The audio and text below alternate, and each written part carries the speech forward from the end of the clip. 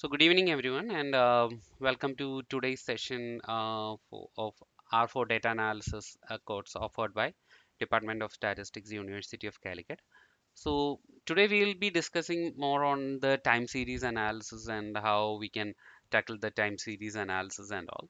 So okay, so let me turn to this and okay.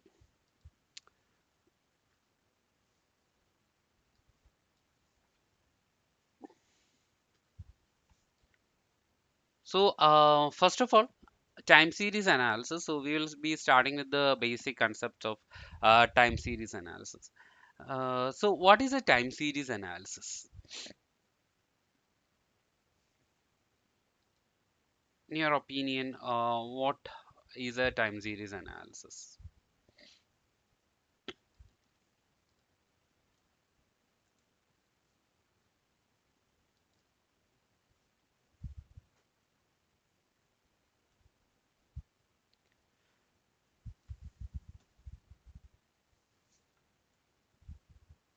Okay, so basically, time series analysis.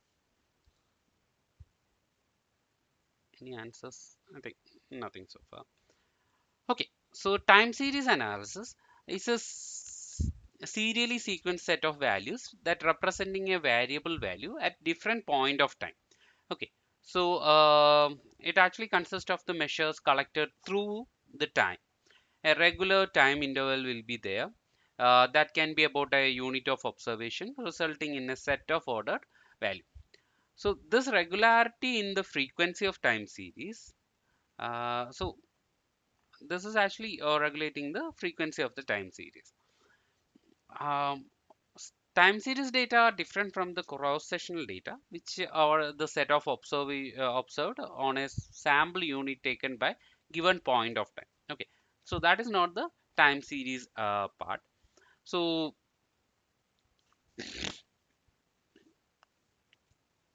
time series is where time dimension is not relevant that can be ignored.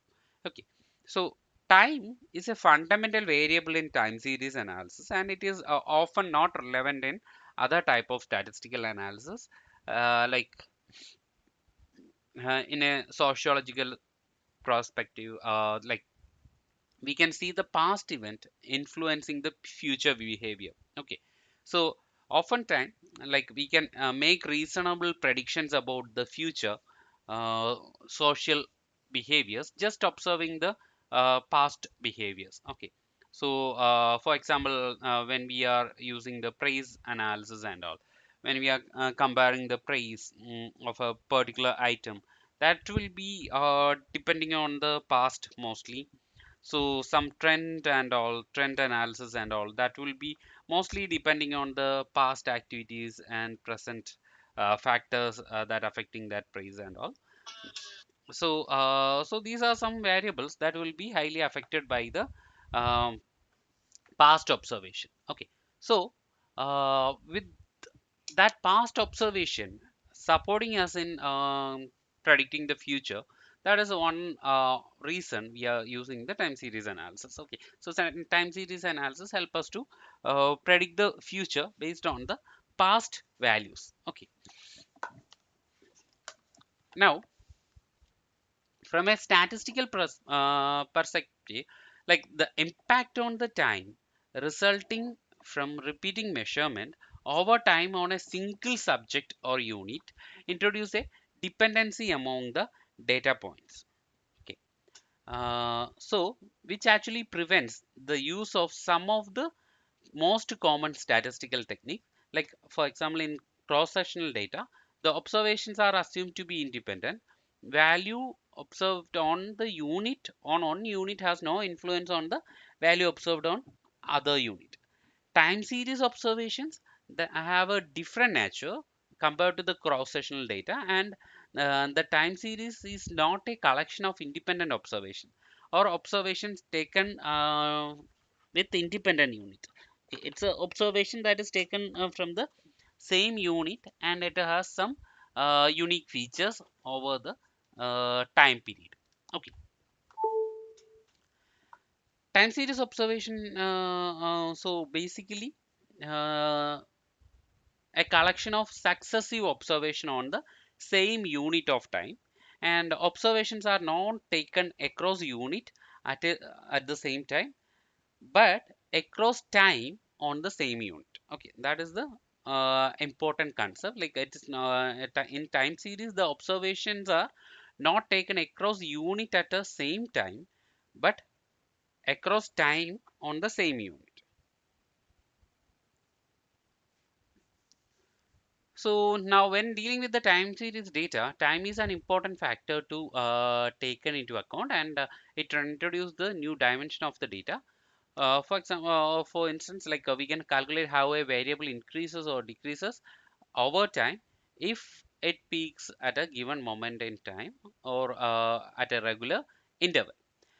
We can consider not just if and how much a variable is correlated with another variable, but if there is a correlation over time among them. Okay. Now, importantly, when we dealing with the time series data, we have to acknowledge the sampling adjustment point in time introduce a correlation in the data. So this serial dependency create a correlated errors which violate the assumptions of many traditional statistical analysis, and it can bring some bias in the estimation of error of confidence interval for significant test. This characteristics of time series data in general uh, precludes the use of a common statistical approach such as linear regression and correlation analysis, which assume the observations to be independent. Okay, so that's why we are using the time series data. For example, this is a like a funny website reporting spurious time series correlation. Okay, so here you are spending on science, space, and technology. That is correlated with suicide by hanging, strangulation, and suffocation. So you can see a similar trend here. And here, one another thing is number of people who have drowned by falling into a pool.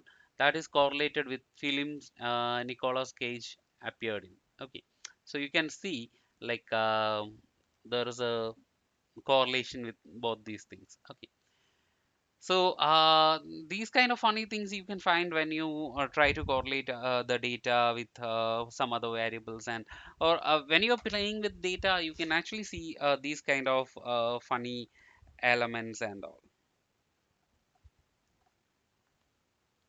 Okay,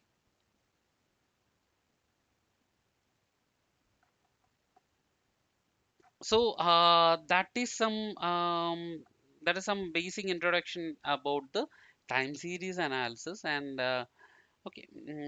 so okay, we will I'll share this note that is more kind of theoretical aspects, and also we'll not going to discuss all these things and all.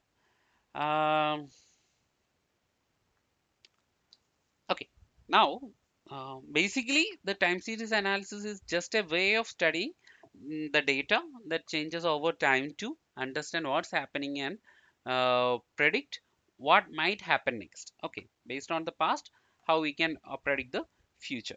So the key idea in time series is like the order of the time or order of the observation. Like yesterday comes before today, and the sequence tells a story. Okay, so like the everyday example when it comes, like we can we can look at the everyday examples like daily temperature reading and predicting the weather and all, and monthly sales of a product in different organization, stock prices every minute, so or number of app users in every week or every particular time point, etc.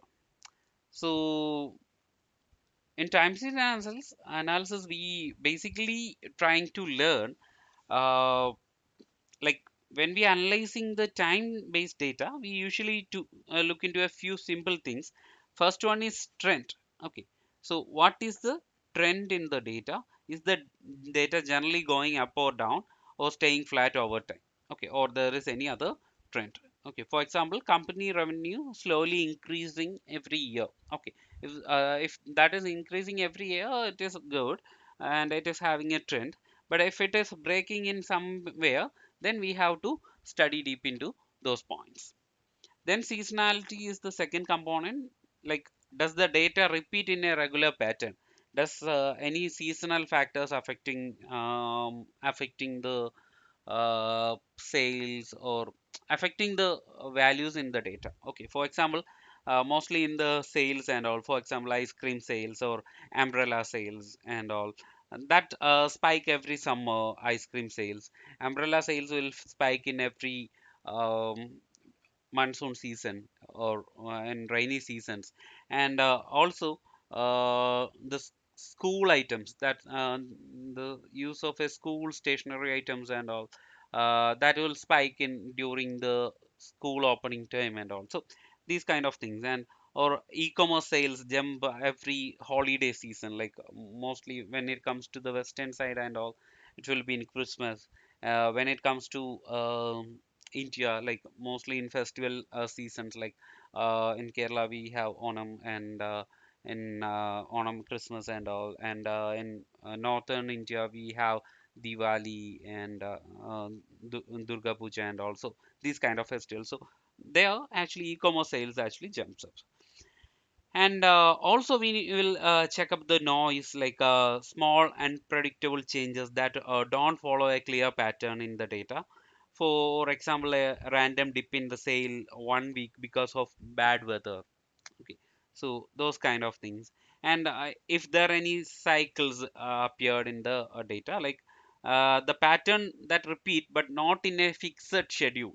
Okay, some pattern will repeat over and over, but it is not in a yearly manner or monthly manner and all. So it will have some repeated events, but not in a scheduled or fixed schedule, and we cannot predict that when it will come next. Okay, so for example, economic booms and recessions and all, so we cannot predict at what moment it will come and all.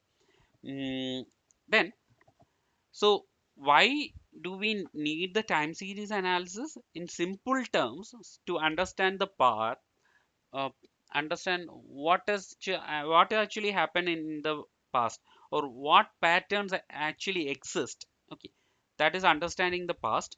Then monitoring the present, is something unusual happening now?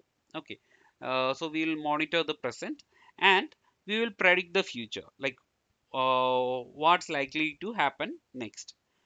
For example, if a sales go up every December, we can plan the inventory collection and all ahead of the time, and we can increase the production according to the time.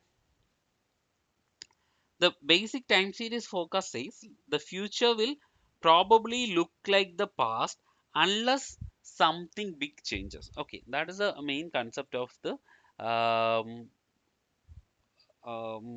time series analysis. So if sales have been rising slowly and peak every December, then we can also say that next December will probably be high sales. Okay, there will be high sales too in next December.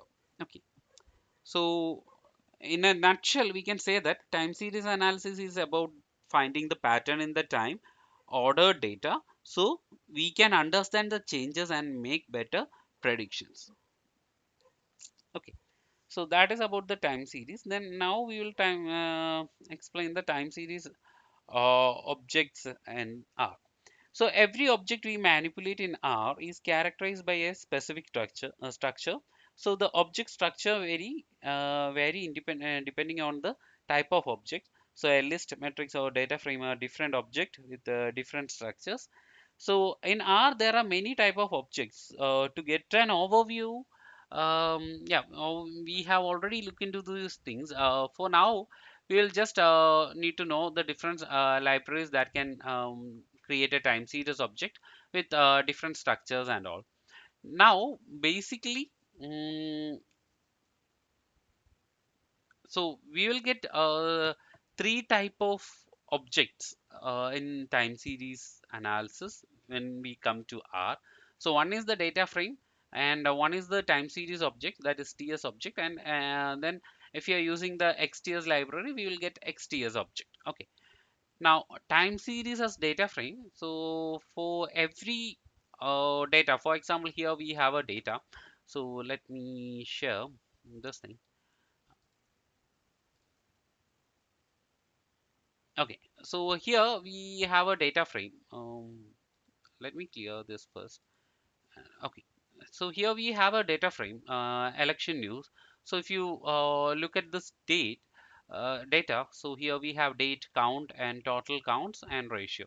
Okay, now using the function class, we can see this is a data frame. Okay, so class of election news is data frame, and we can check the first few rows of the data frame by using the head function. So as you know, this is the first few rows of the data. So this data frame contains a time series data. The first column contain date, and the other columns having values of the observations. Like we can also see that data frame seems to contain daily data, which where each of the new row correspond to a specific day, and the data frame also include the column count, total number of count, and the ratio. Okay, so it is nothing but simply the count is the number of news article mentioned the keyword election. In the column and total count, we have total number of news articles on all the topic that time. And in the column ratio, it is simply showing the proportion of news article mention the keyword like election. Okay. Now the function head and the tail, that will be simply showing the data frame, the head and tail of the data frame, and uh,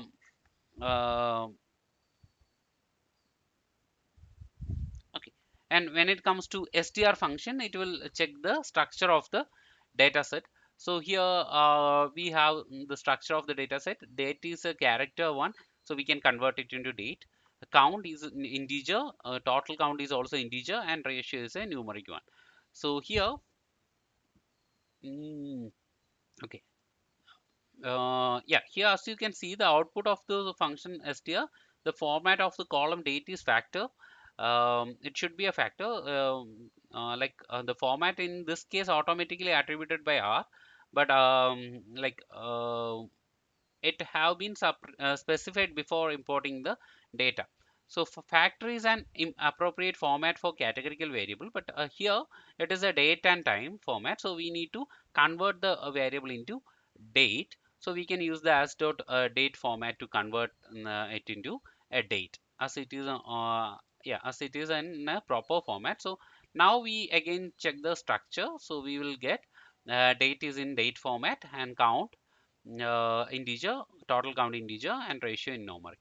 Now we will yeah, we can also perform the same operation using the mutate function. So we will be simply doing election using tidyverse environment. We will be simply taking election news data and updating election news using mutate function, like date is equal to as dot date of date. Okay, so it will convert into date. Now the basic object created to handle time series in R is the object class TS. The name stands for time series itself. So here is an example of TS object that is already present in R, that is air passengers data. Okay, so we load the air passengers data. So this is the air passengers data. Okay, it is in a time series TS object. So we will now check the class of this one. So it will be TS. That is actually a time series class. Okay. So class of this air passenger data is time series data. So here you can see the same. So air passenger is a small data set. So we can print all the data set to see its structure and all. So here is the data. So from 1949 to 1960, each month, what is the total number of air passengers? So that is the thing here. By calling the structure, we can see here it's a time series from 1949 to 1961. Okay. So This data set is a univariate time series representing monthly total of international airline passengers from 1949 to 1960. As every time series, it has a start date and end date. So it also has a frequency, which is the frequency at which the time observation were taken. Okay. Now,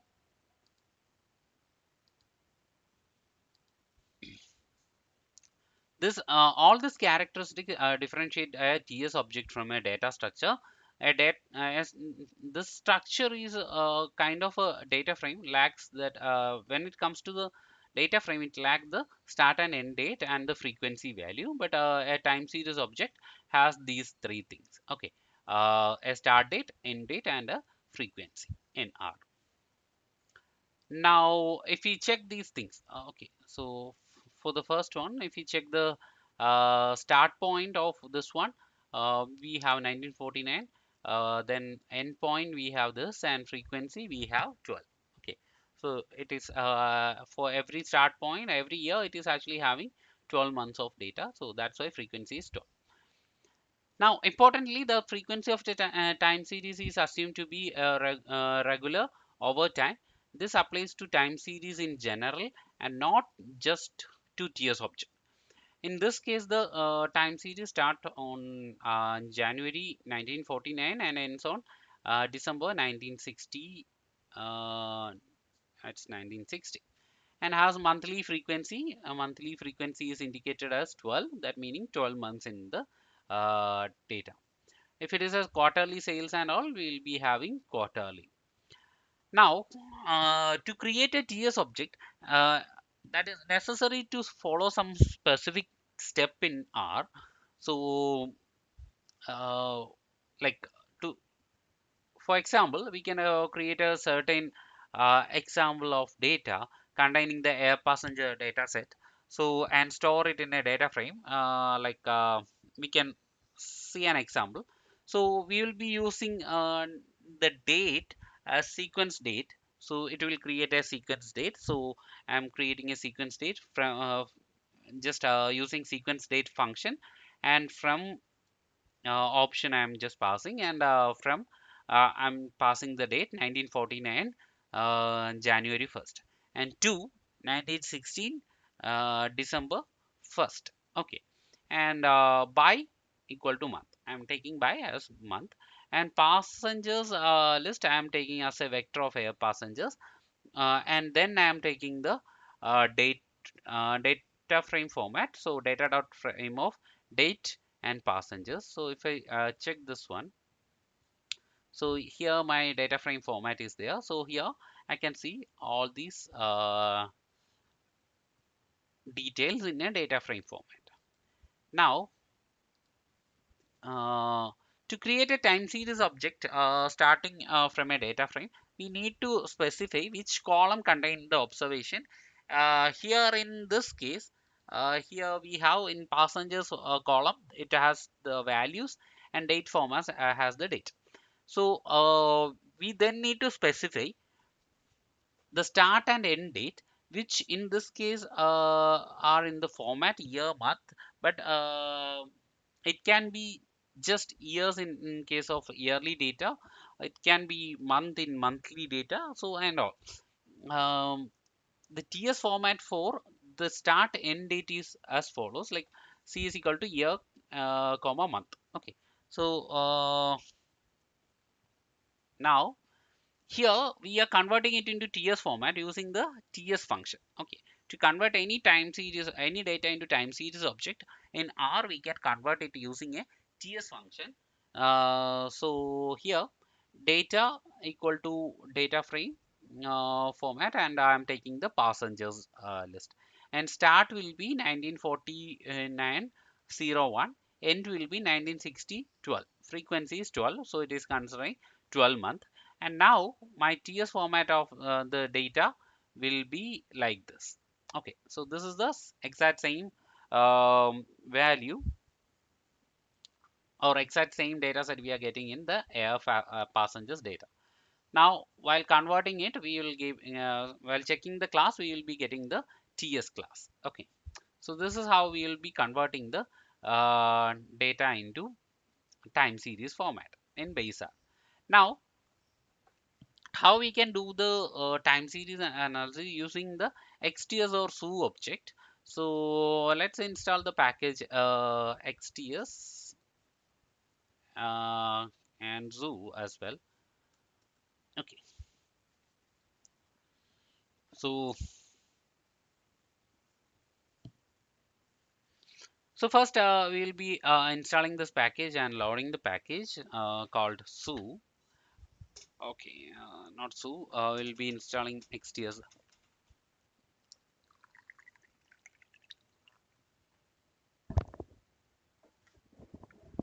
Okay, now XTS objects are more flexible than TS1. So we can create an XTS time series by starting from the data frame we have just created. So similarly, like TS, we need to specify the column of data frame like containing the values, then the column of data frame that contain dates and time. Okay, so we don't need to give a start date and end date, those kind of thing. Then the frequency of observation. So here how we can create a XTS format. Okay, XTS and data we pass in X, and order by date we are passing, and frequency we are just passing. So here we will be okay, I didn't load the library. Okay.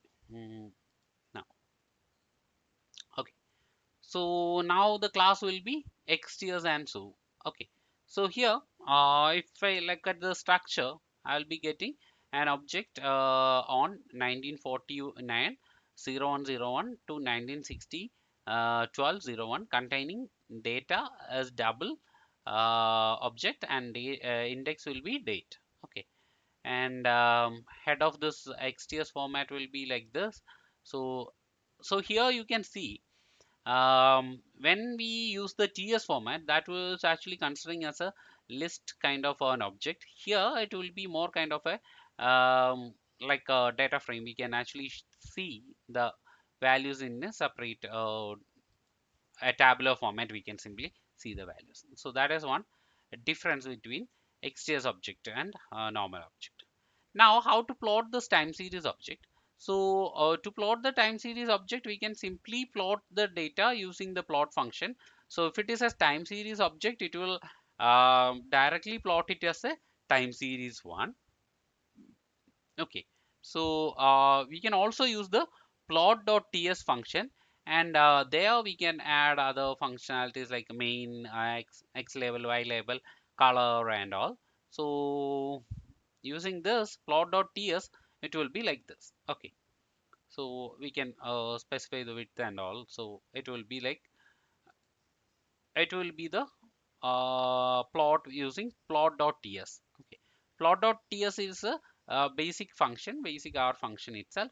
So mostly when you are using this one, mostly people use plot function to plot this, but plot.ts is actually there. You can use that function itself. It's a base R plot function. Okay, now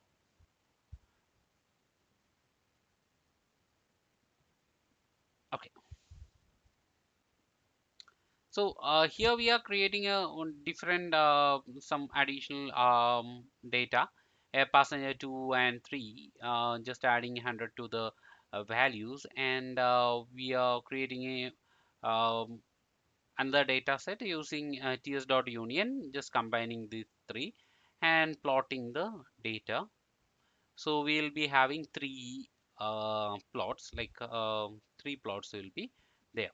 Okay, so this will be a passengers multi. So the data will be look like a passenger 2 and 3. Okay, nothing much. Just adding the 100 and 300 to the actual values here. So we are creating one and combining those with ts.union. So we'll be having multiple values and just plotting those things. Okay, so the plot is there, and here we can create a separate plot as well, giving the plot dot type equal to multiple. If that is not given, it will be in single plot. Okay, so this is with the multiple plot.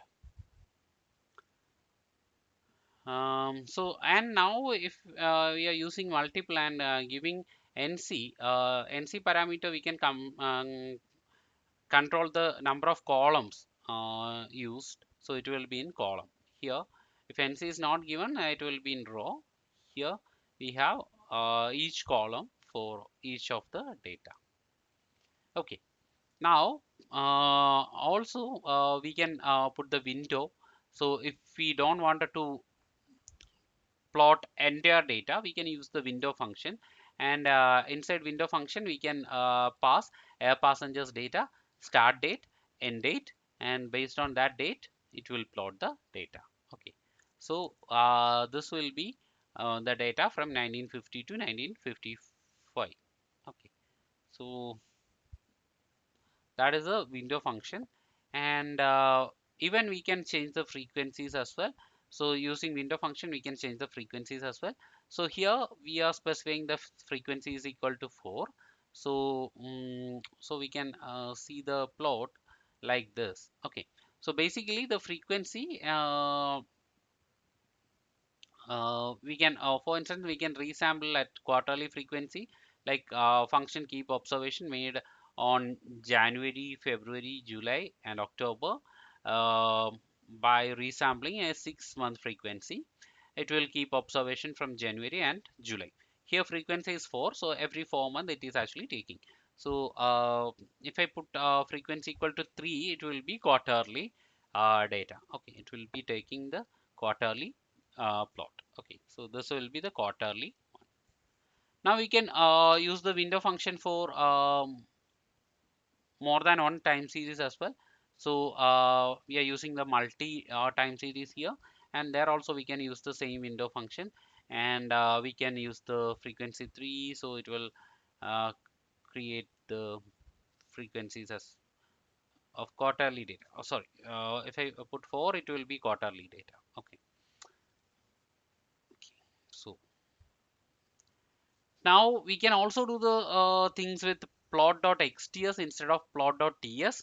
So that will create a plot of xts object. So I'm just converting the air passengers data using as.xts. So it will be in xts format, and then I can plot the air passengers data. So the plot will be um, more decent, like it will be kind of bit advanced than the ordinary plot we have. And now we can use the multiple panels as well. So multi-panel equal to true, so it will create the multiple panel.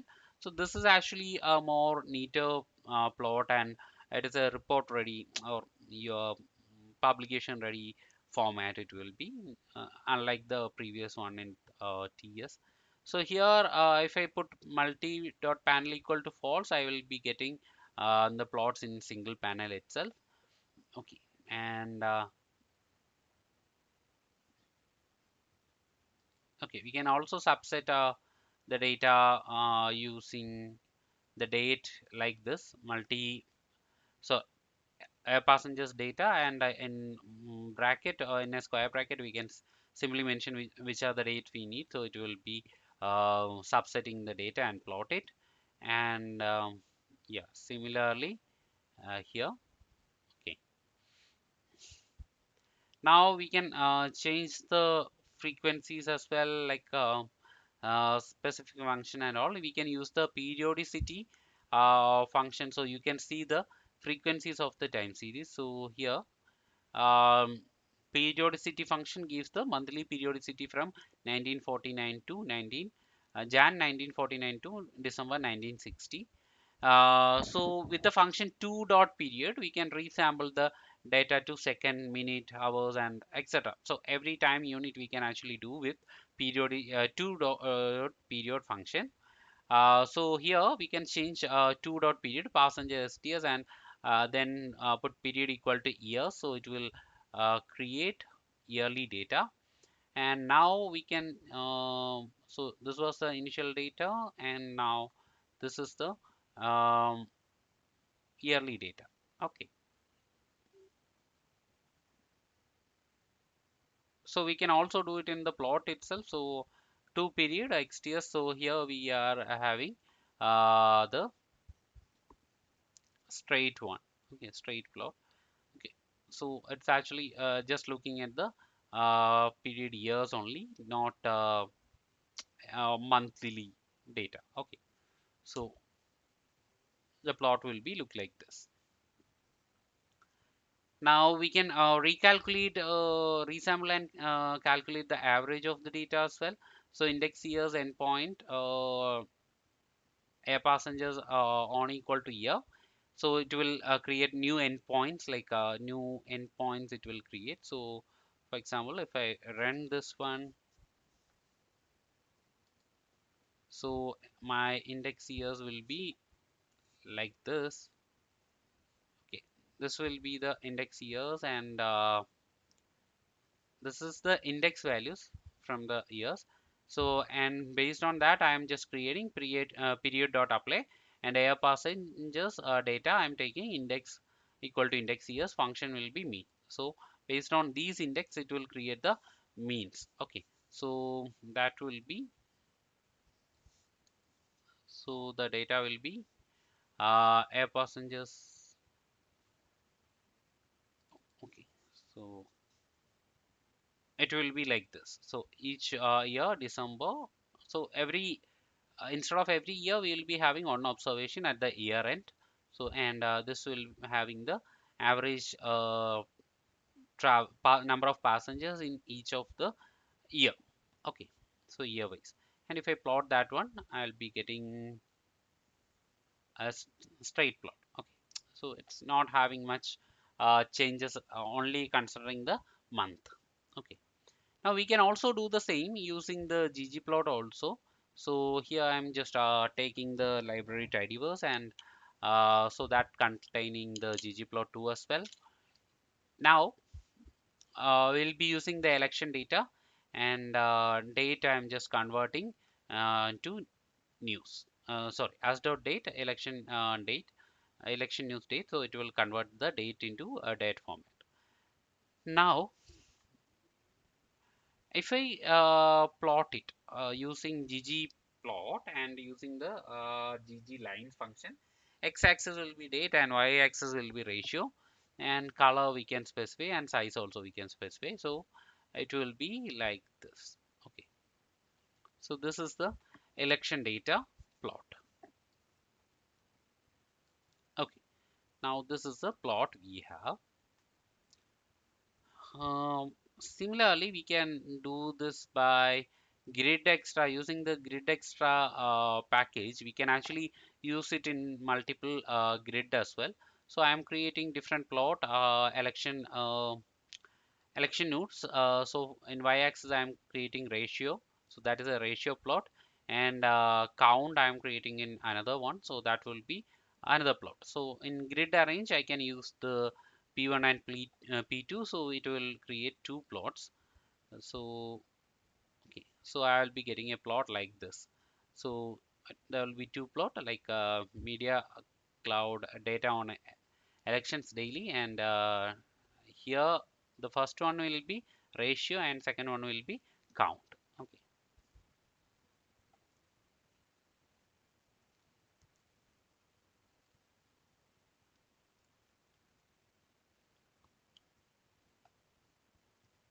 okay, so while evaluating this we can see that these both are following different trend, somewhat similar, but actually having some difference in the trend as well. So using grid arrange function we can create multiple plot in same plot itself using ggplot. Now you can also plot two or more than two series in the same plot. So for that actually we can use the grid geom line function again and again. So x-axis will stay same and y-axis will change. So we can create the same ggplot with multiple plots. So but it is actually if the data is large enough, then it won't actually helpful for understanding the data. For a small data like air passengers and all as we saw above, so there we can actually use the single plot. Okay, so here we can actually use the single plot, and that will uh, give some idea, but here it won't give. Okay, now here also we can use the scale x datetime function to control the um, scales as well. So here break every month I can break, and data label should be year and month. So it will based on the year and month it will create the plot. Okay, so here we are just filtering the date on 2016 only, from 2016 January 1st to 2016 December 31st. So we are only considering 2016 data, and we are just plotting that in month break, and date labels will be year and month. Okay, so that is also we can do using the ggplot. So the function is saying ggplot and passing the data, then geom line, x-axis, y-axis will be passing and all, then scale x date, and there we can put break equal to monthly, quarterly and all. Date label will be year hyphen month. Okay, and theme will be basic one. So I here x-axis text is actually just turn to 45-degree angle, and the plot titles and all. Okay. Now you can also use the ggplot to annotate the date. To create an annotation in ggplot, you can use the function annotate. So there we can actually create a annotation in the date. So here I am annotating a label. Here this date I wanted to annotate in the plot, and I wanted to put for this date y value is actually this one, and label will be midterm elections in November 2018. So because of that, this is actually happened. So I wanted to mention this one. So white color not will be there, and fill will be orange. Font will be bold, and text size will be 3. And here in geom segment also, I am putting like this date, and x start date, x value will be x date, and x end will be this one. Okay, and y value will be 0 of this value. Okay, so uh, now similarly I am annotating the second and third events as well. uh, okay, for events I am just annotating, so I'll just plot it and show you what is annotating here. So here you can see for each of the points, each of the spike you can see here. So there actually we are annotating major events like presidential election. This is in November 2016, and midterm election November 2018, Pennsylvania election 19 May 19 19 2019, and presidential election November 2020. Okay, so these are the things we can annotate in the data as well. Okay, so these are the four elements we are just annotating. Okay,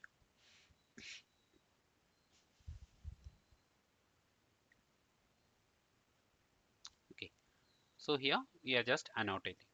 So any questions so far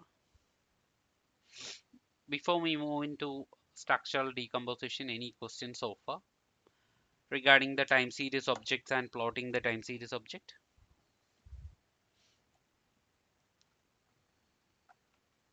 I'll just pause here.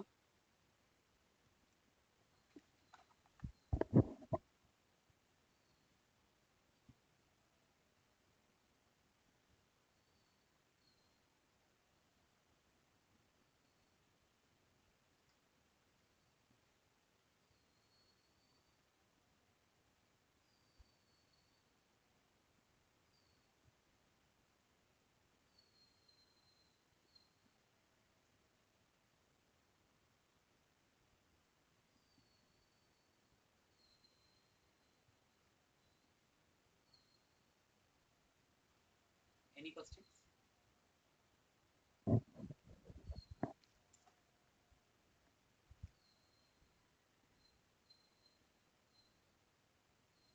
You can also unmute and ask if needed.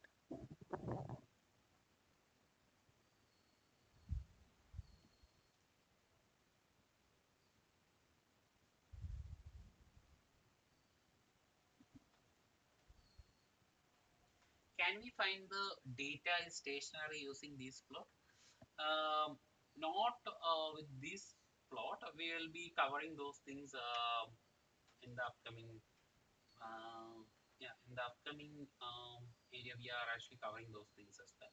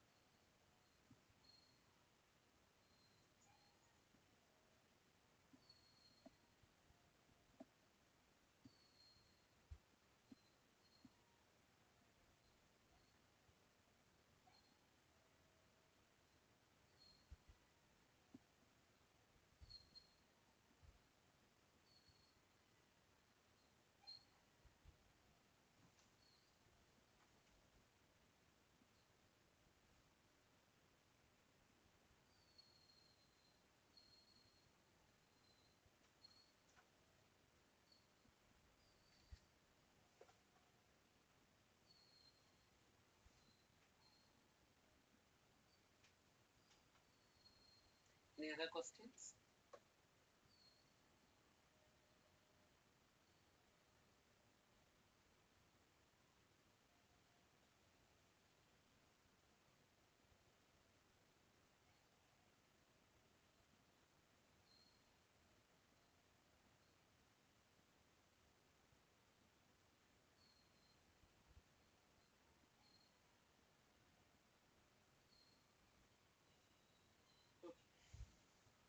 Okay, so we can move to the structural decomposition and all. So before that, like Aditya, if you want, like we can actually using this one also we can actually um, create a good guess of the stationarity thing because if you are already experienced in time series data and all, while looking at the plot and all, you can simply understand like it is actually a stationary data or non-stationary data. If you're new to time series, you cannot look at the things and make some guess. But here, if you look at the first plot, okay, this black plot, then basically the stationarity means three things are should be there, like mean is constant over time. Okay, mean is constant over time, and variance is also constant, and no long term trend or changing seasonality.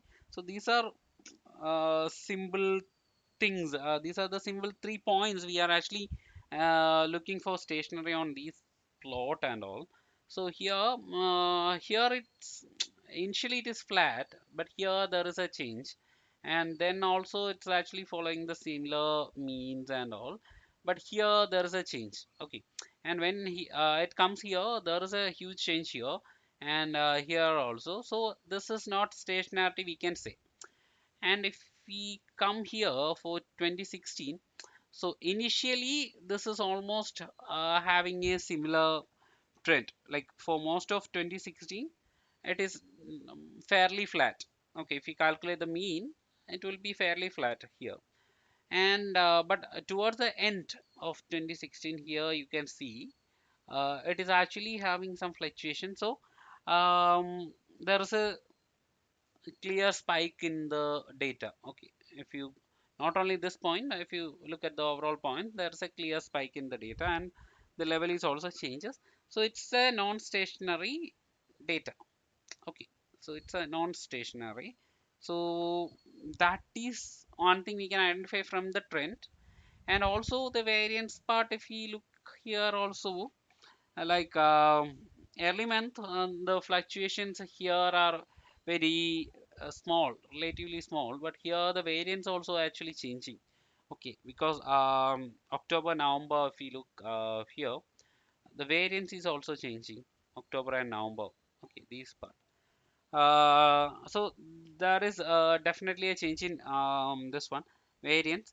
Then if you look at the seasonal factors as well, so here actually there is some short-term pattern. So that also valid the seasonality or seasonality kind of thing. So there is actually these things actually violate the stationary. So the data should be non-stationary uh, for sure. Okay, but we cannot actually um, directly prove stationarity from these plot, but with the experience you can actually do. Okay.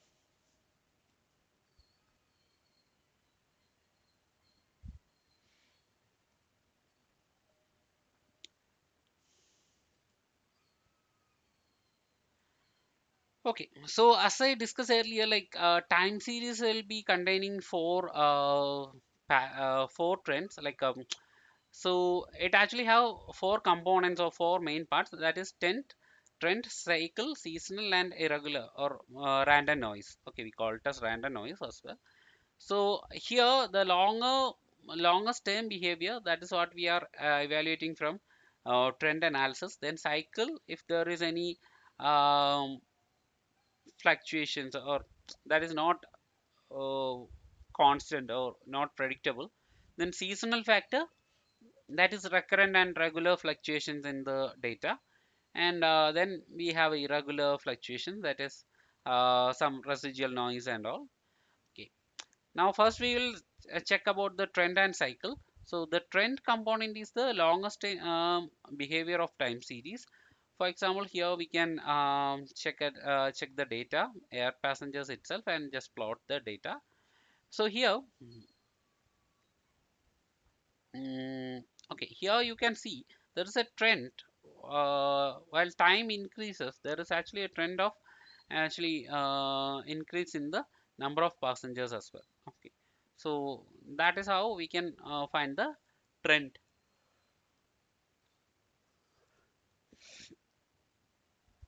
And you can also see towards the middle of every year there is a hike in the data as well. So that is also one thing um, that is having some seasonality or cyclic patterns and all. Now okay, now there is a difference between the deterministic and stochastic trend.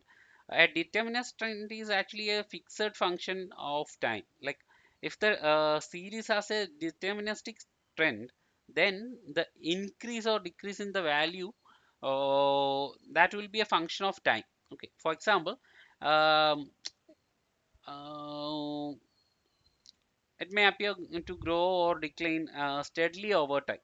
Deterministic trend can be linear as well as non-linear, and it can be for example, if the deterministic increase trend in the data, that may be related to an increasing population or some similar pattern. So that is also known as stationary uh, trend. Okay. And if it is a stochastic trend that wanders up and down or shows a change of direction and at an unpredictable time. So deterministic will be a function of time, but here it is not a function of time. The time series with stochastic trend are also called as different stationary. An example is actually stochastic trend is provided by so-called random walk process. Okay, so you might be aware of random walk process as you are a MSc students. Like it's a particular time series process in which current values are combination of previous one. Okay, so if we look at any x of t at a time point t, that will be depending on the xt minus 1 plus some w I, which is a random component. Okay, so it will be purely depending on the xt minus 1. Okay, So that is what a random walk. So that is actually one stochastic trend that will be affected one. Okay. For example, if you plot two of these things, okay. So this is a random walk. Here we what we have done is we created a ARIMA simulation 500 numbers with order ARIMA 0 and 0. Uh, okay. So here xt and this is time. Um, Here also we have created another one. Um, okay, this is another example.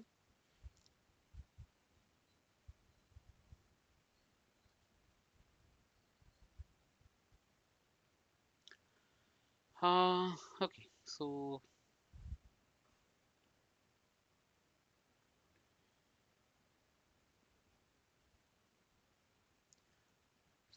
here,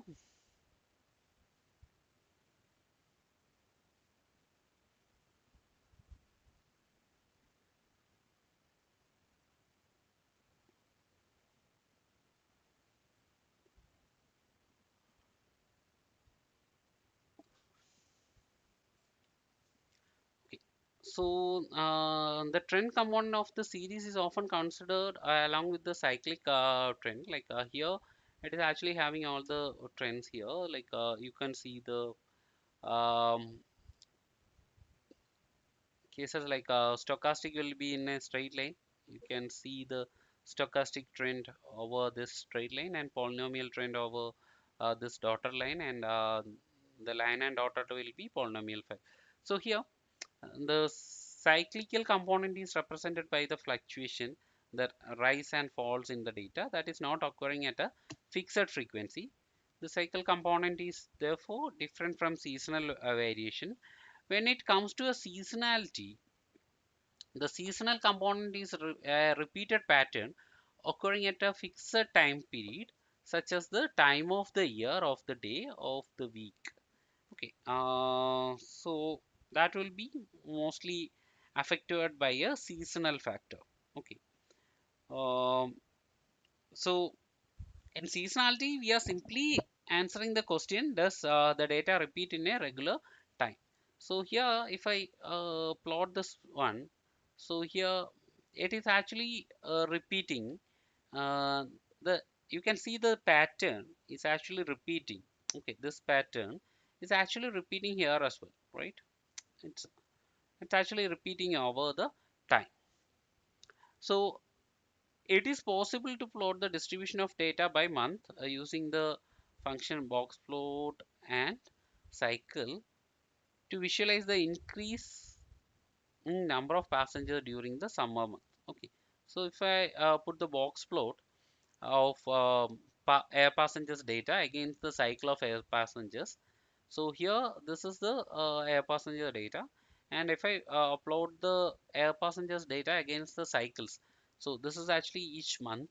So this is actually showing us the um, seasonal behavior. Okay, so every year you can see during the July August time, there is a increase in the number of air passengers. Okay, that is consistent throughout the cycles.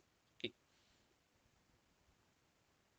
now the library forecast in R package that provide a method and tools for displaying and analyzing the time series forecast, including um, different polar plots and all. Okay, so we use the forecast package to create the plots of ggplot2. Okay, so okay, so this is the gg season plot function help us to create the seasonal polar plot. If you put polar equal to true, you will get this plot. So if we didn't put the polar plot, you will get this one. So that will be a normal the seasonal plot. So I'll include that as well. So if we simply put this one, we'll be getting this seasonality plot. So here you can see in 1960s the number is actually increased. So and here you can see during the July August time there is a spike in the numbers. Okay, so that you can find. Similarly, you can find it in this one as well. So here, polar plot is actually displaying it very neatly. Here,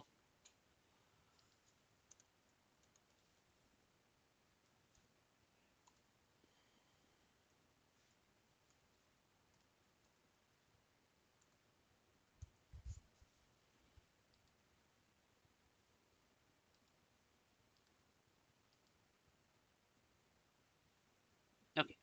So here you can see during July and August, it's actually having a um, more like you can see more is actually towards the July and August month. Okay, so there you can see the polar is actually expanding. So there is a spike in during the July August month, so that you can confirm with the GG season plot.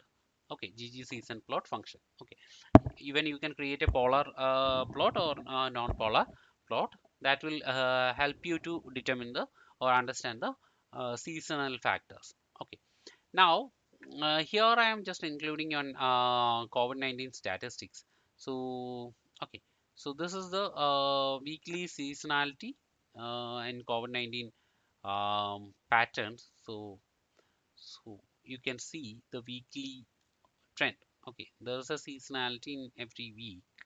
So it's of April month, and so first week there is a drop, and then and there is a again a hype and drop.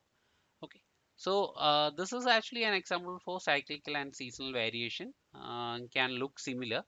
Both cyclic and seasonal variation have peak and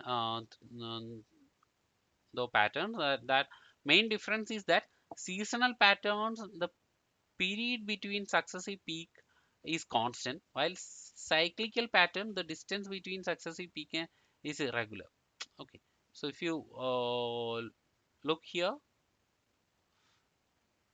it is actually a cyclical change. That seasonality is actually changing. Now, residual, when it comes to residual, that is an irregular or random noise in the data. Okay.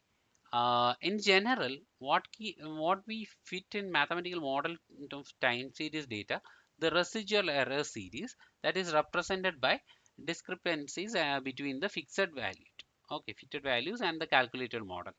A good model encapsulate most of the deterministic feature on the time series, and the residual error series should therefore appear to be a realization of independent random variable from some probability distribution.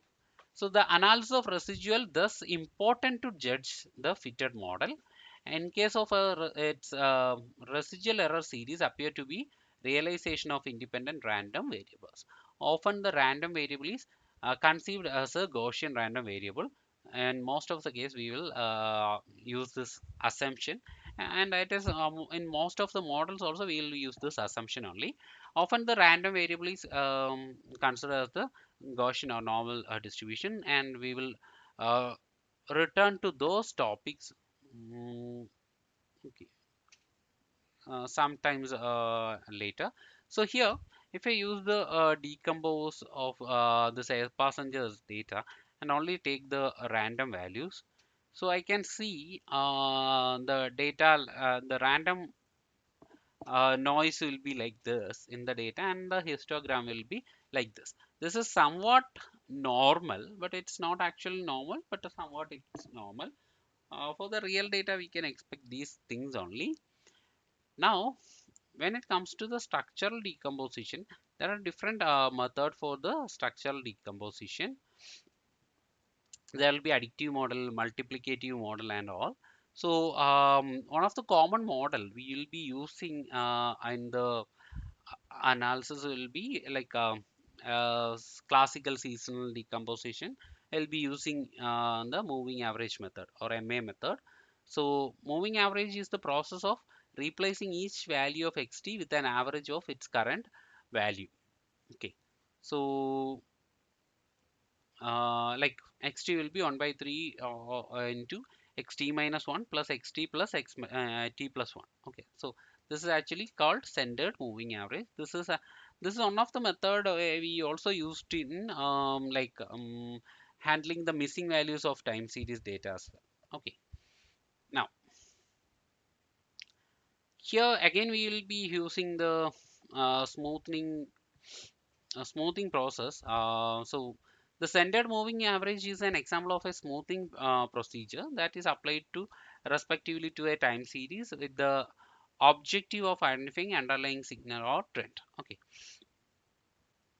this is to smoothen the data.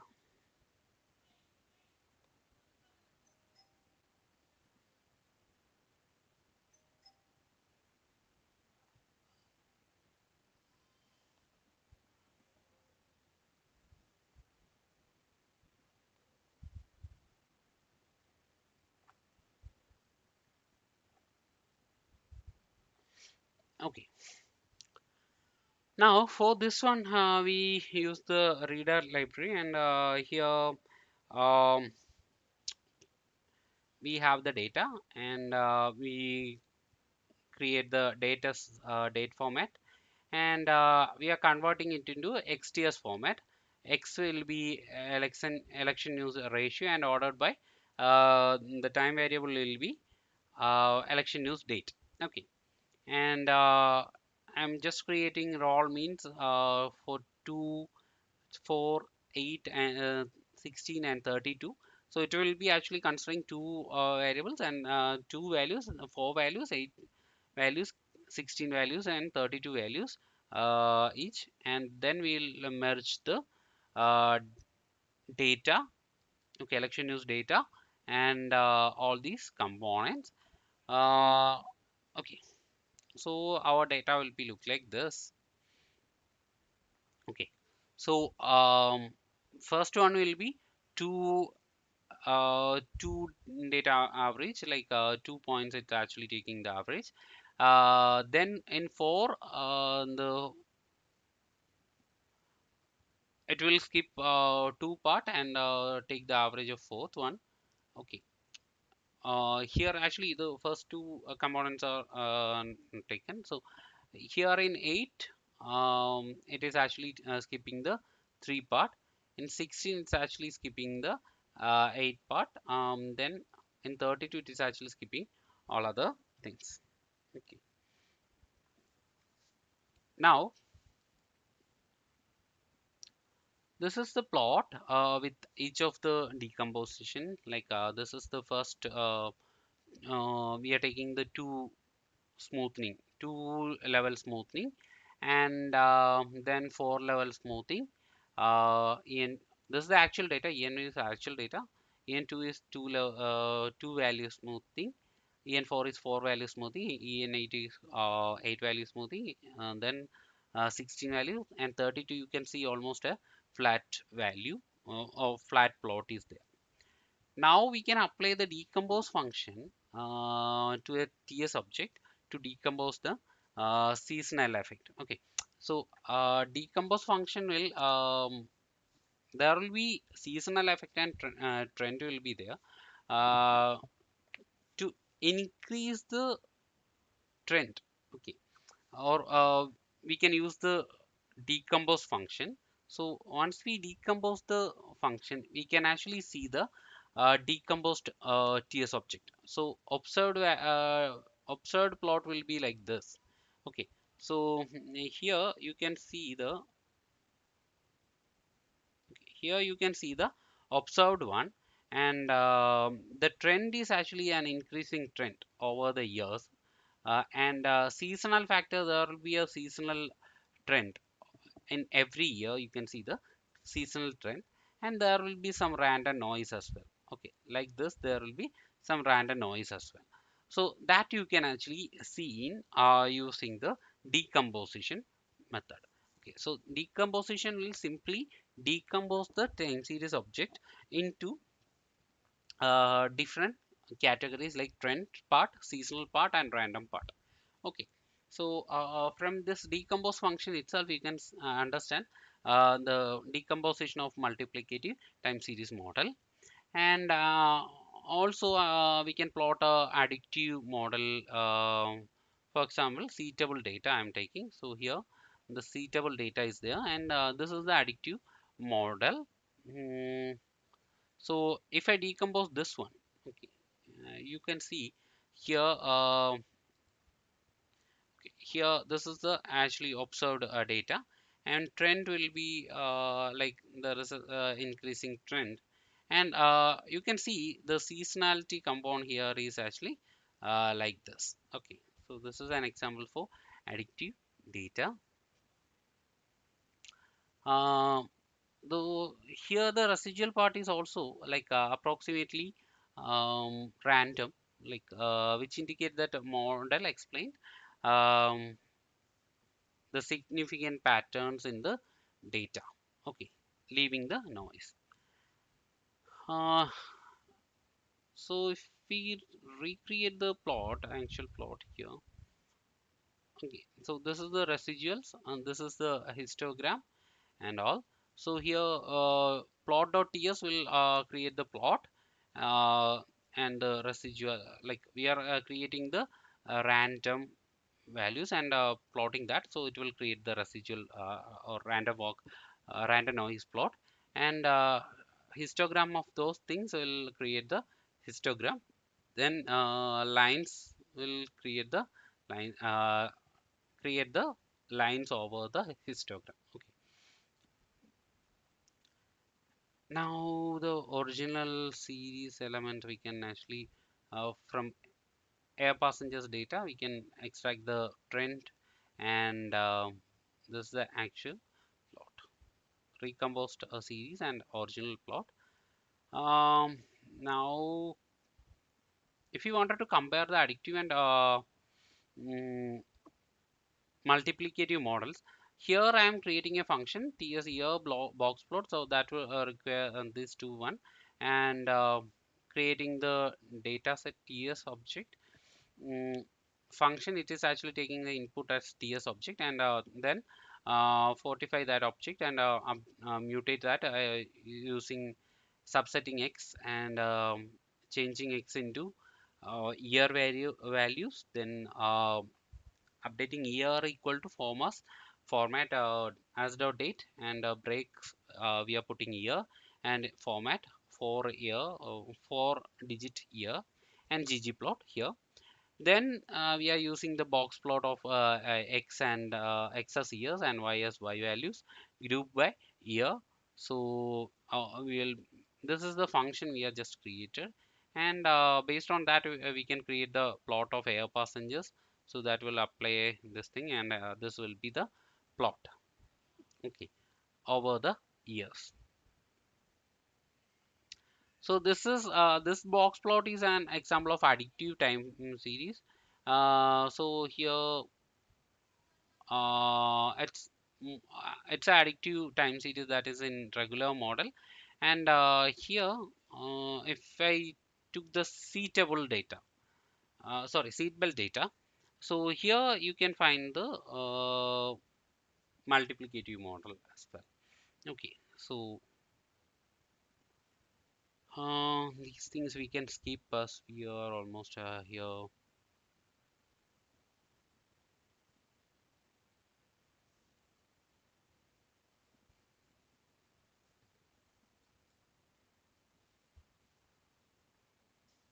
Mm,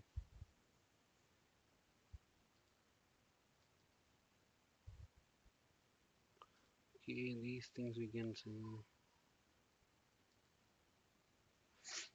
Okay, now we'll come to the correlation and ARIMA method. So that is more important as we are going through the time. Okay. Okay. So correlation and ARIMA. So correlation and ARIMA. So these are two models we usually follow. So um, okay. So time series would be said to be stationary. Okay,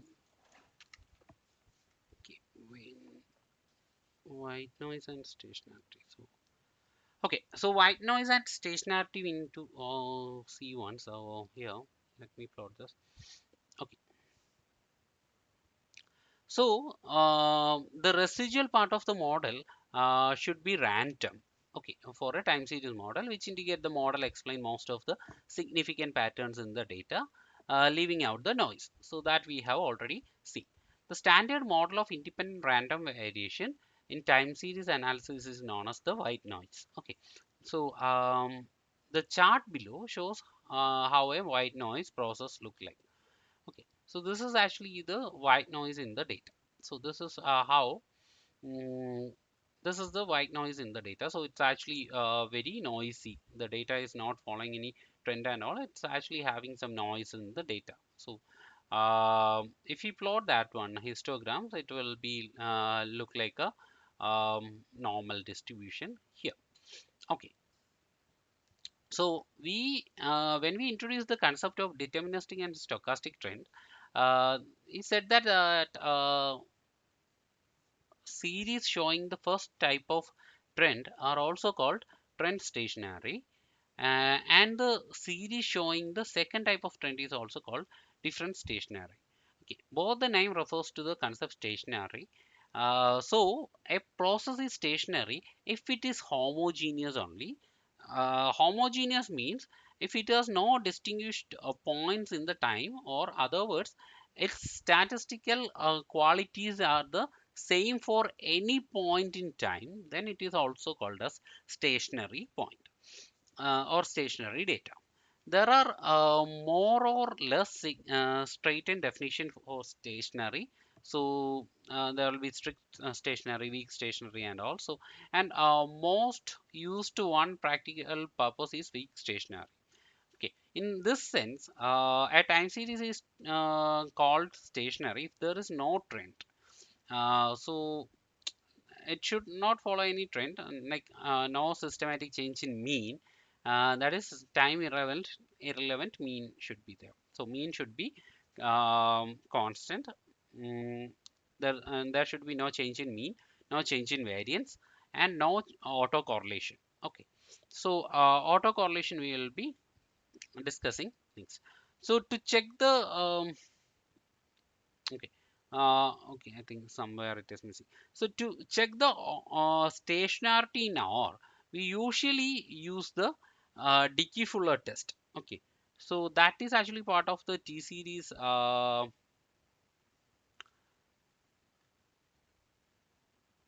Okay, that is actually part of the T series package. Okay, I will just put it here.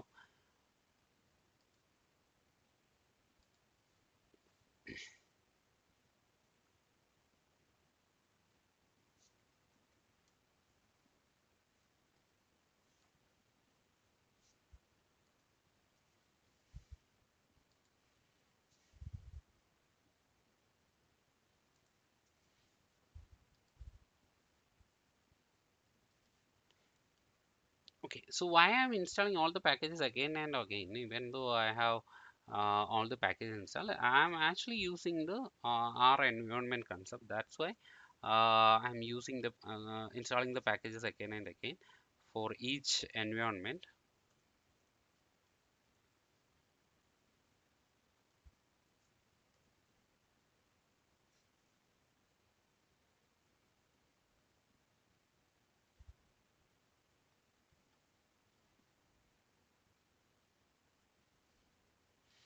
Okay, so okay, ADF to test is actually used for the used to test the this one stationarity.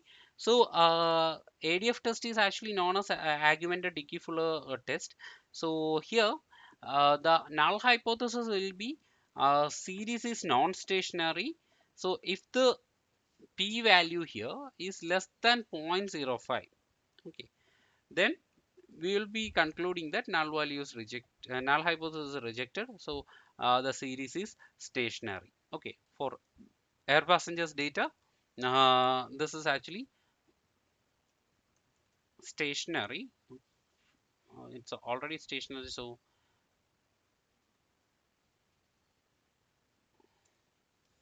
okay, if I plot this one,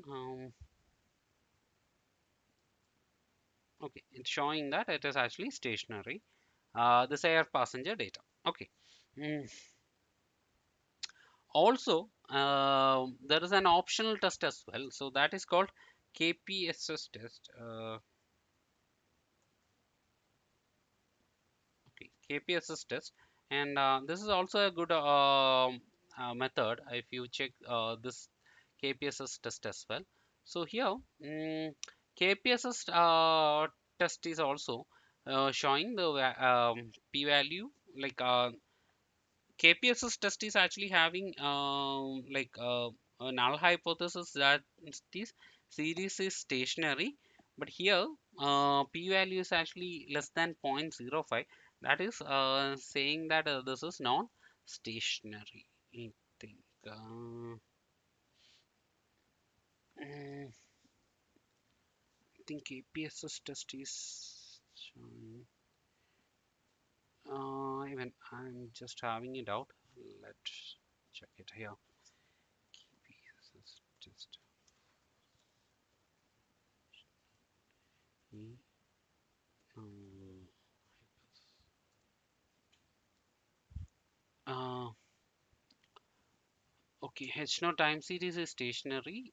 Okay, alternative is non-stationary. So, if p value is less than 0.05, it rejects the null hypothesis that is stationary. Uh, so, what is ADF test? See,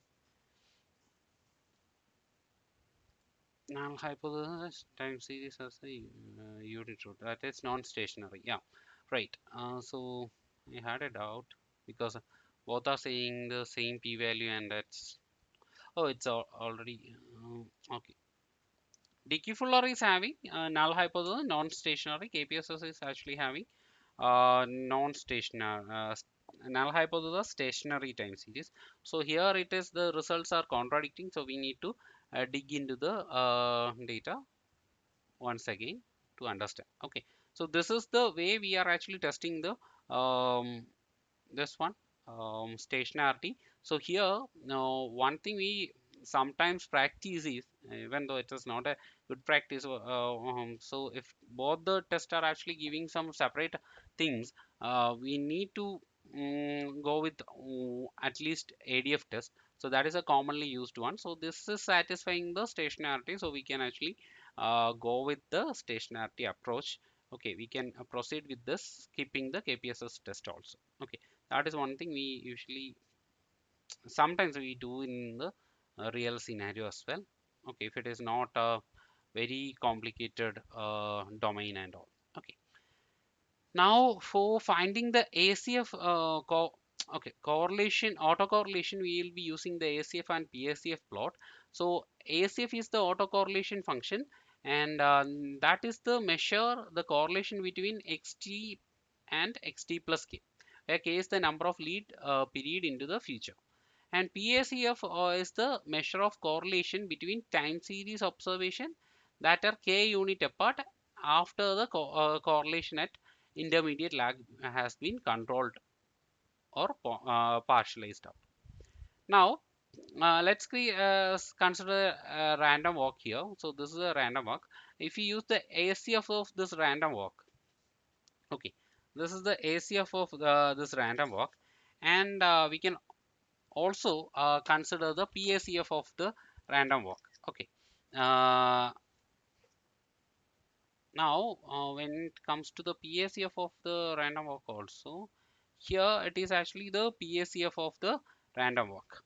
Now, considering these two plots, okay,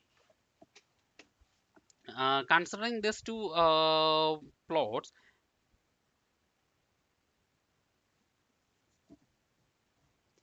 so we can clearly visualize the autocorrelation caused by the simple scatter plot also. So here, if I am putting the scatter plots, okay, so here this is the scatter plot as well. So now we can go through each of these things. So here in the ACF plot, the blue lines are actually showing the 95% significant bounds here, blue dotted lines, and the correlation start very close to 1 here. Okay, here it is starting very close to 1 and slowly decline as lag increases. Okay, that is the trend you can see here in the ACF plot. Many remain significantly above the 95% significance bound. So that means there is a strong correlation with past values. Okay, so this means there is a strong correlation with the past values. So it has a long memory. There is shock do not die out quietly. Okay, these shock waves are do not die out uh, quietly. So that means this is a classic sign of non-stationary time series. If it is a stationary time series, it will um, come to the confidence level after a couple of lag. Here it is not even come to the stationary part after couple of lag. So here mm, what you can understand from this one is if ACF is actually decays slowly like this, then there is the series is non-stationary. And when we look at the PACF plot, okay, here we can see a very large spike at the one. Okay, here. Okay, here we have a very large spike at point 1 and all other lags are significant. Okay, sorry, insignificant inside the blue one. So it means once you control for lag 1, there is no extra direct relationship. Okay, so if we consider for lag 1, there is no extra relationship. So there is a strong dependency on the intermediate past only. So that is what PSCF says. So this matches the random walk. So there will be a random walk. So PSCF cut off sharply at lag 1, which means there is a random walk. Okay.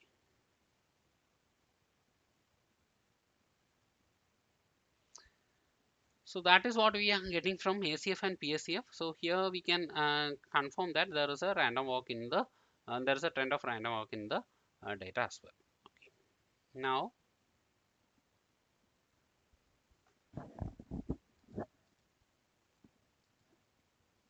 so this ACF is actually showing at 1. So it actually um,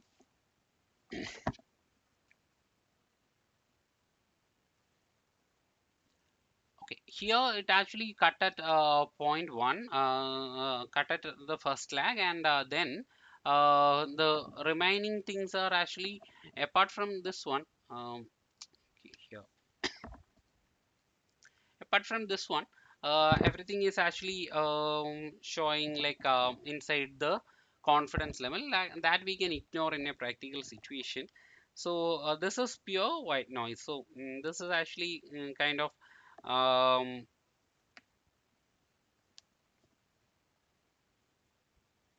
mm, so here all of these things apart from the one should be there like this, so one should be there like this for all the things. So all others are inside this one, so we can say that it is this means no significant stationary. So stationary statistically no significant autocorrelations are there, so that is what it actually shows. Mm, so it is does not have any memory, no pattern, and no dependencies on the past. Okay, so probably this will be kind of a ARIMA 00 model. Okay. mm, okay, so it's showing a pure white noise, and also here also Yeah, so here it is the PACF values as well. So PACF values as well, it is showing. So most of the part is actually inside the confidence level.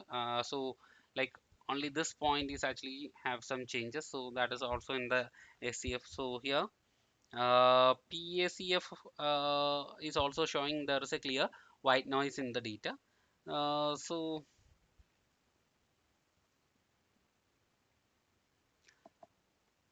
So almost all bar are inside the confidence bound. So this is normal random variation. Um, okay, so that is the PSA for a white noise. So here it's also a PSA for white noise. So there is a lot of noise in the. Now the ARIMA model. So first we have in ARIMA we have AR model and MA model that is combined together and with the integrated value. So that is called I. So that is the lag. It is actually representing the lag. So it is a known as the ARIMA model. Okay. And if there is a seasonal component as well, then we call it as ARIMA model. So for AR model, we will be having the AR part only. So that is autoregressive part only. And for MA model, there will be moving average part only. And in ARIMA model, there will be autoregressive and moving average models as well. Okay. So here I am just showing this AR1 model. So if I consider the ACF of this one, so you can see it's actually having a good after some lag, it's actually um, going inside the confidence level. So so it's actually showing a decay in the time. And if we look at PACF, it is actually having one lag and all the other values are inside the bounds. So this is actually an example of AR3 model. So AR3 model, here we have three lags. Okay, three lags are there. So this is the AR3 model. Um, then we have MA model, that is a moving average model. So here this is an MA3 model and it will have ACF, and that is also after 3 points it's actually decay. So PACF will be like that is all. That is actually after 3 points it's actually going inside. So PACF MA part actually we are determining from PACF, and A part is from ACF. And here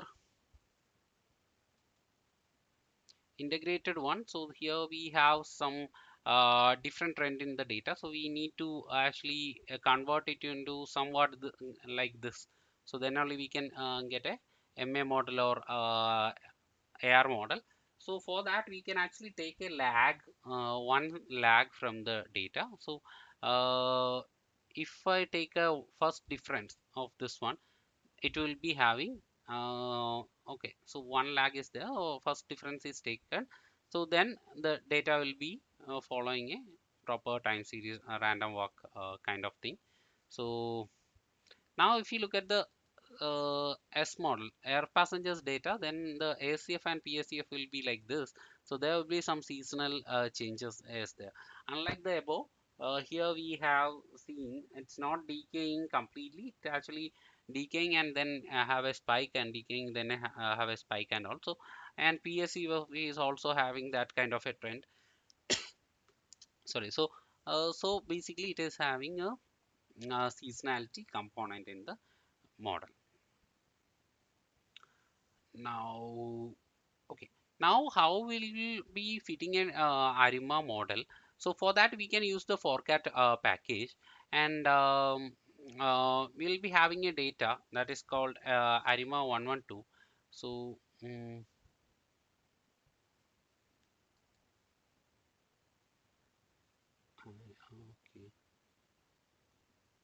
Oh, ARIMA 112 function we have created here. Okay, so ARIMA 112 data we have created, and uh, with auto.arima we will be able to fit a ARIMA automatically in R.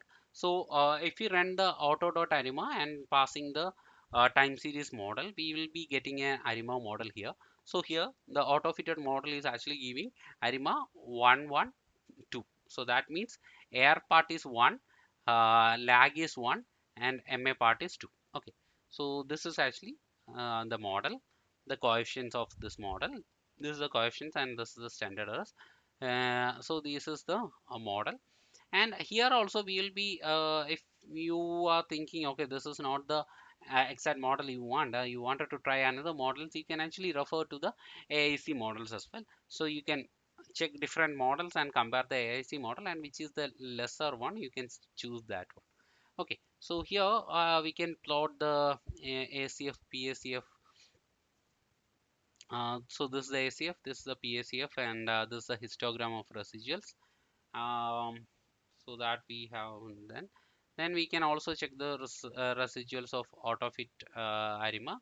So here the residuals are there, PSF and residual. So we will be getting everything from here itself. Okay, now for sarima we can uh, use ggts display of this data. So it will give you the time series plot of this. So it will give the plot and ACF PACF. We can use the ggts display function. So it will give you the uh, actual data, and then ACF and PACF for this one. And we can put the auto arima against the window. So we will be getting the arima model 211, and seasonal model 010. Okay, for 12. Okay, seasonal part we are considering 12 months. So this is the seasonal part. Now for forecasting the model, we can use the same thing. Like we need to put the um, model, and we can then forecast. So using the forecast function, we can forecast. So this is actually we are our mm okay data, and h will be like 48. For 48 levels we need to after 48 levels we need to forecast, and then this one. So this is how we will be creating a forecasting plot. Now cross correlation and all, we can simply keep. Now we'll be seeing the regression with the time series data also. So basically normal regression model will be y equal to beta plus beta x plus epsilon, and that is not having a time component. But when it comes to a time series regression, it will be yt equal to beta naught plus beta 1 xt plus epsilon t. So there will be a time component will be there. Okay, time dependent variable will be there. So for a regression model, for this one, for example, we are taking the election data we have already seen, and as the date, we are converting the date into date format, and then we are okay, then we are just taking. Give me a sec.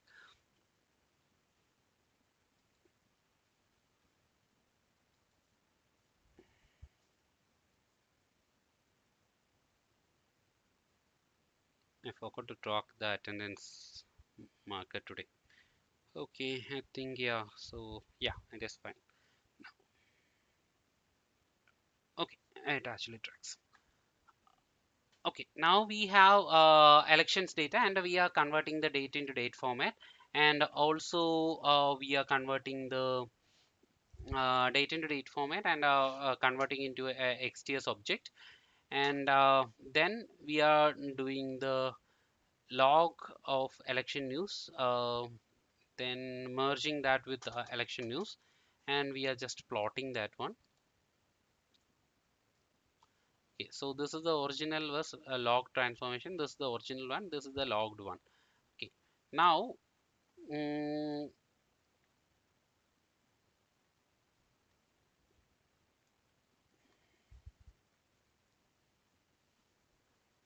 Give me 1 second. Let me come in 1 minute.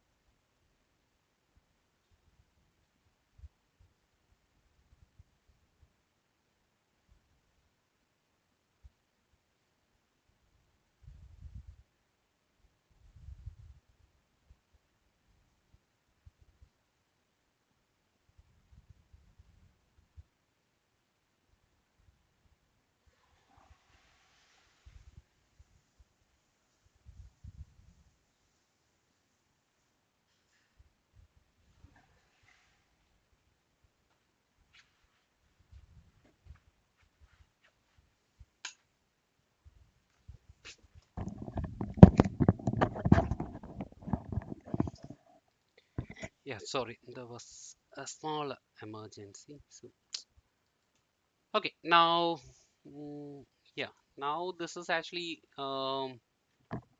Sorry. So this is actually the air passengers data. So first, we'll be having the decomposes decompose of the data. So we decompose that and stored in air passenger decomposed, and we take the seasonal part here, and the seasonally adjusted part we'll be dividing the passengers by seasonal component, so it will be having the seasonality adjusted values. Okay, so the values will be like this. So okay, now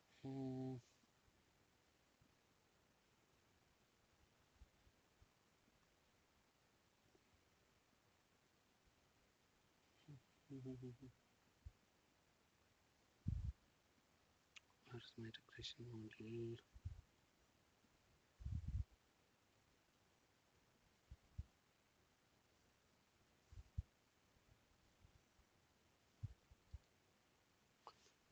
Okay.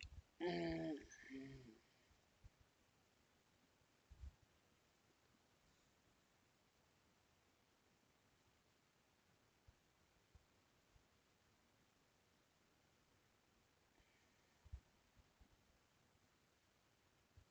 Okay, so here, this is actually the model. So DYNML package that is actually help us to create a dynamic regression model with the time series data in R.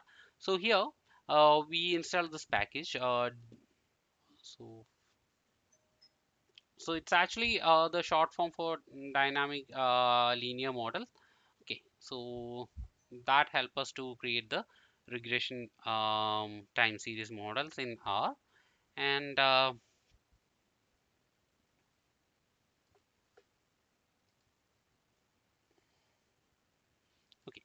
now Y series is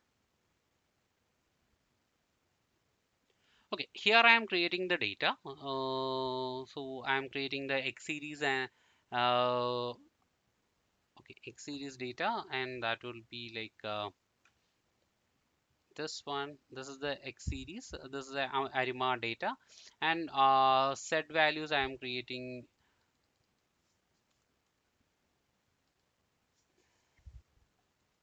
Okay, so my set will be like this. It's actually taking the lag.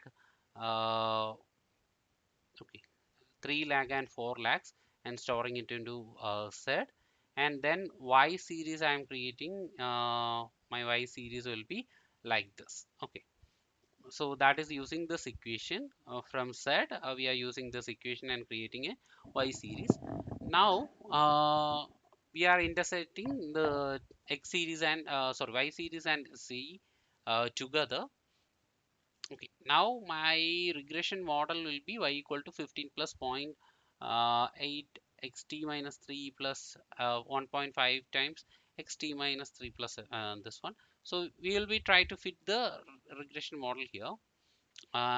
If we take the summaries, we will be getting the model like this one.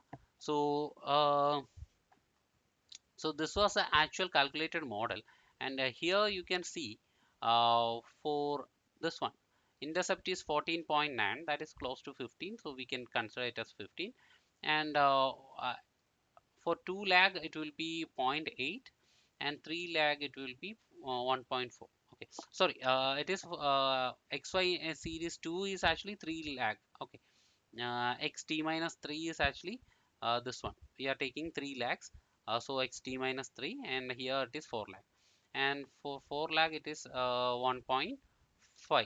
Okay, so that is the value we are getting here in the regression model as well. And similarly, we can check out the residuals of regression model like this. So you'll be getting the residuals and its lag and density plot. And so similar thing we can also check using the DYNLM dynamic regression model.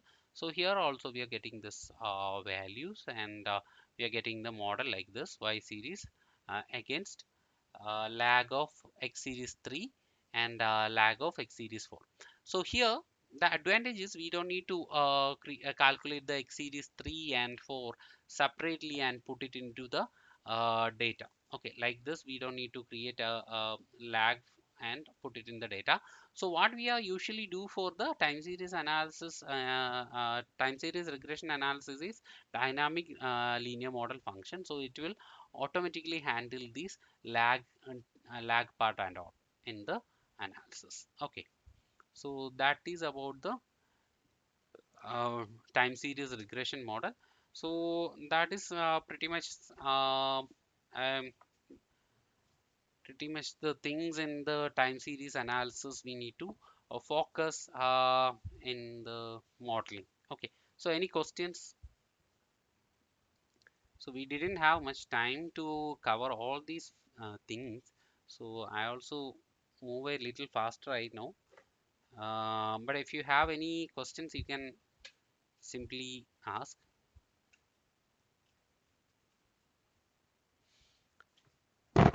Okay, how we decide whether a TS is addictive or, okay, that's a good question. Um,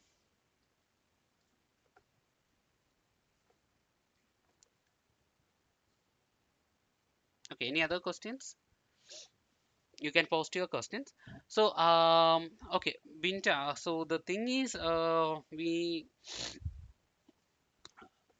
so simply the addictive model. We will be having a trend model. Okay, then we plus that trend model with the seasonal model, and then the white noise error terms will be there.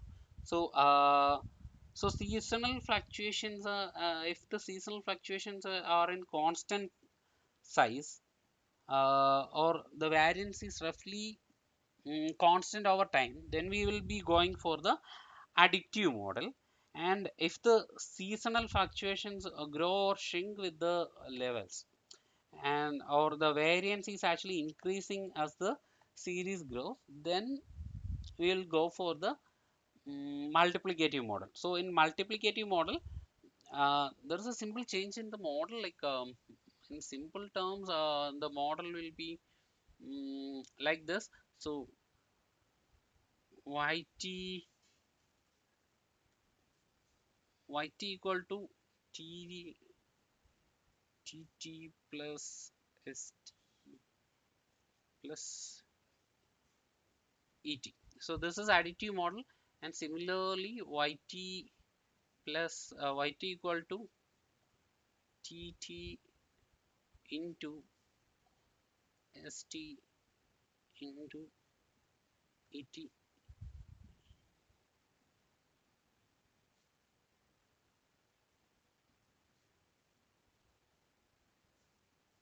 Okay, so this will be the multiplicative model. So basical change is actually this thing.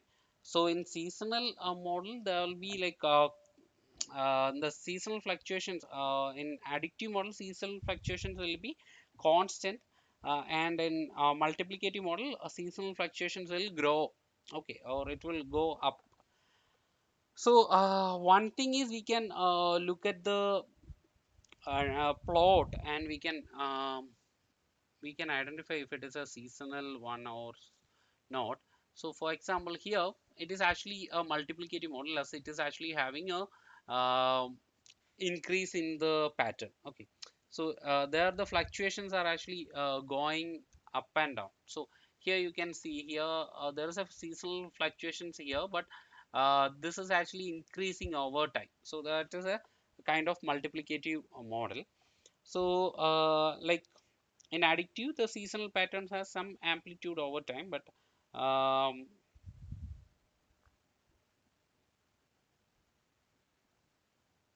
mm, uh, then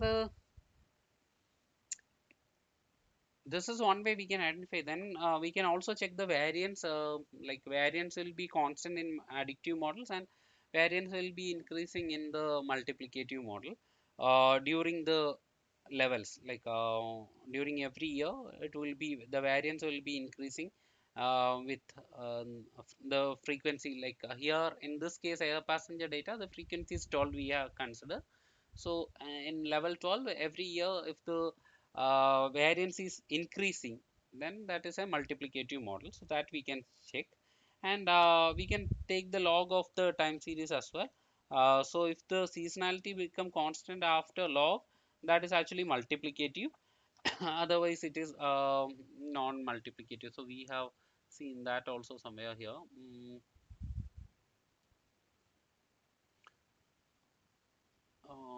Not this one. Okay, here. So here we have actually some kind of a seasonal. It's more kind of a additive and sometimes only variance changing. But after taking log, if the seasonality actually uh, become constant, then we can say that is a multiplicative model. Uh, if after log convert uh, log actually convert the additive one to multiplicative one. Sorry, multiplicative one to additive model. Okay. After taking, if it is a multiplicative model is there, then we can take the log and it will convert to a additive model. Okay, so that is how log is actually working to convert the multiplicative to additive model as well. Okay, is it clear, or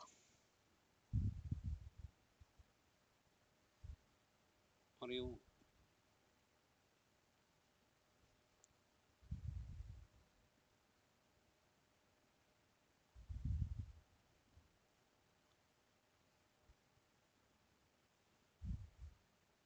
Binta, any clarification you needed, or can you show some other examples? Okay.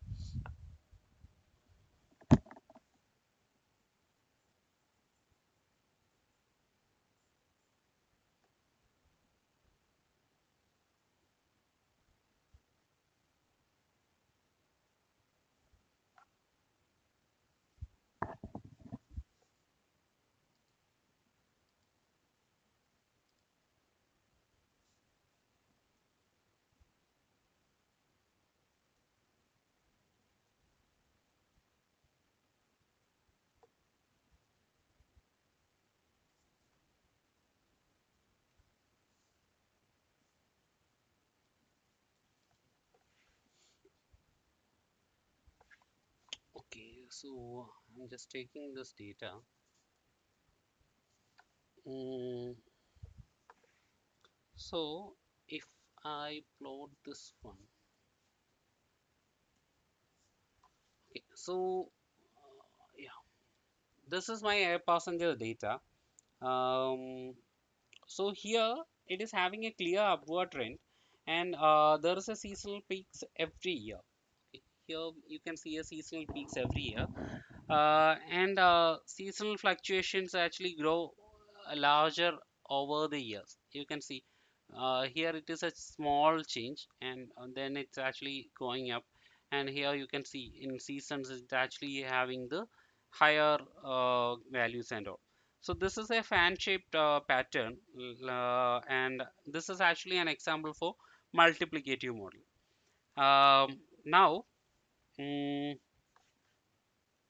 if I decompose this data, okay, so I'm creating an additive model by decomposing this one. So here, mm, if I zoom this one,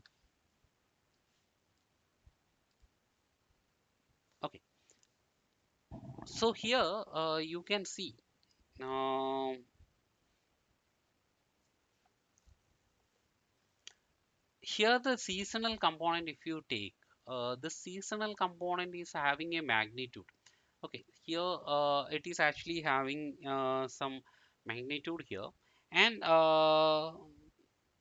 this is also showing a change. It's not having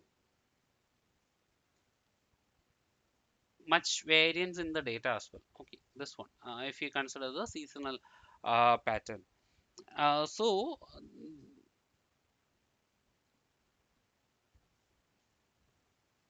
mm, okay, so here it's so here it is actually the seasonal component. It's having a constant magnitude over time. And if you consider the residuals, random things here, it is showing a change in variance here. Residuals, so seasonal components has a constant variance and constant thing. So after removing the seasonal thing, here we have the residuals. Residuals is actually having the mm, up and down things, but actually the thing is residuals are more stable here. Mm, Residuals are not more stable, it's still having some change in the variance over time. Over the unit, it's having some changes. Now, if we consider this multiplicative thing, okay, so consider this as multiplicative one, then we will be having a more stable one. So here you can see seasonal component scale with the level. Okay, it's or like the previous one, it's actually scale with the level, and when it comes to the residuals, it's more stable. Okay, compared to the previous one, this is not stable at all. Here you can see that is actually varying very drastically, but here the variance is actually comparatively slow, so having a much clean decomposition over the time. Now, if I take the log of this one, okay, if I take the log of this one, um, okay, so I am taking the log of air passengers, and if I plot it, so here you can see there are uh, change in the seasonal one, but the seasonal changes are almost stable. Okay, so unlike what we have in the actual air passengers data, here here the changes are very low, and it's gradually increasing, and here it is very high. So unlike this, if you take the log of the air passengers data, so here variance becomes stable. So you can see this is almost stable. Okay, it's not exactly the variance are equal, but it's almost stable. So seasonal fluctuations are actually constant here. So we can see the seasonal.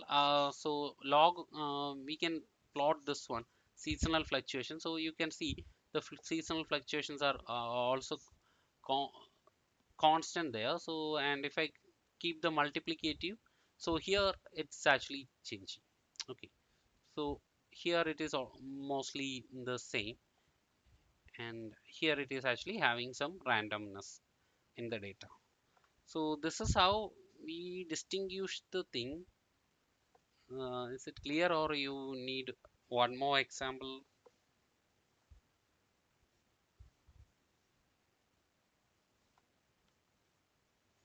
Okay, okay, that's good. Any other questions from anyone?